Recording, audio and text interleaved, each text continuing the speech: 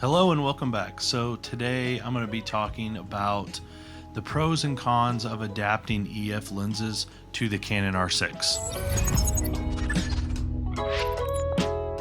Now, I've been using the Canon R6 for a handful of years now, and I liked it so much that I have two. Having two bodies for sports photography is almost a requirement when you're trying to cover so much area as a solo photographer.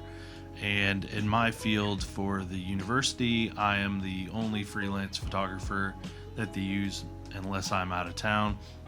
And then some of the teams have their own creatives, but for overall coverage, I am the one. So having two bodies allows me to have a wider lens and a further lens, so I can capture the action. And then if there's anything at halftime or in between innings or in between quarters, whatever it may be, I'm able to get those portraits with a wider lens.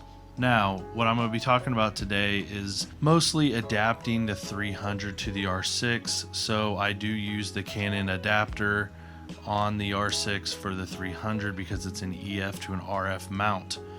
Now, the downsides of adapting lenses to the R6, I would say the biggest one that I didn't know about is in mechanical shutter, you will not get the full speed. Now, when I say the full speed, if the lens is not on the supported list for the 12 frames per second, which is the fastest burst mode in the Canon R6 on mechanical shutter, it will get a much slower rate. And since this is the non-IS 300 f2.8, it is not going to get that 12, and it's going to get like 5.5 to 6 maybe. I know it's very slow compared to 12, and so there is a workaround, and you can go electronic shutter. Now, the downside of electronic shutter in sports photography is you're going to get shutter drag, and that's where you see the ball is being elongated or a golf club is being bent more than it ideally would if it was really a fast swing. Baseball bat will have a bend in it that just looks unnatural. There's just bending to objects that are moving super fast regardless of your shutter speed. So that is one thing to keep in mind that I did not know when I was going from a DSLR to the mirrorless Canon, from the 5D Mark IV to the Canon R6. Now, some mirrorless cameras have a workaround for that, and I think it's a stacked sensor. The Canon R6 does not have a stacked sensor, and I can't speak for the R5. Now, this is the Canon R6 Mark I. There is now a Mark II. I'm not sure if the Mark II came out with a stack sensor to battle the shutter drag that comes in with using electronic shutter. But there are times you can find the electronic shutter does work, and I find it works very well in volleyball. Not very often is it showing a elongated ball when they're spiking it or hitting it. So I have found that electronic shutter does work fairly decent in volleyball.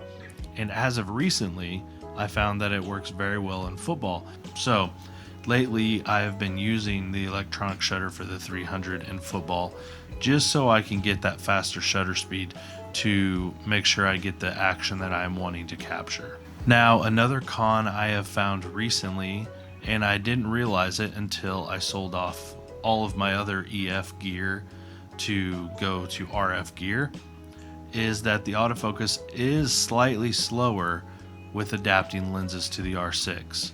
It's still very fast, and it's still better than some other cameras I've used in the past, but adapting the 300 to the R6 through the adapter, it's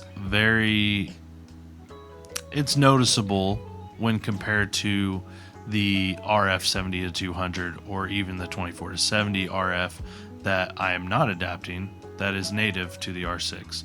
So that is something to keep in mind if you're looking at an older lens to adapt it to the R6 or a mirrorless camera through the adapter. The autofocus is going to be slightly slower.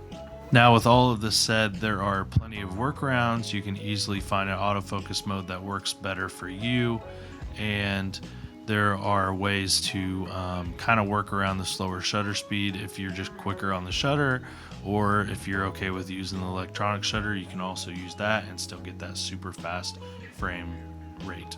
So with that said, those are just a couple cons of adapting lenses, most specifically the 300 f2.8 non-IS. So with that said, I appreciate if you would like and subscribe, and I'll see you all next time.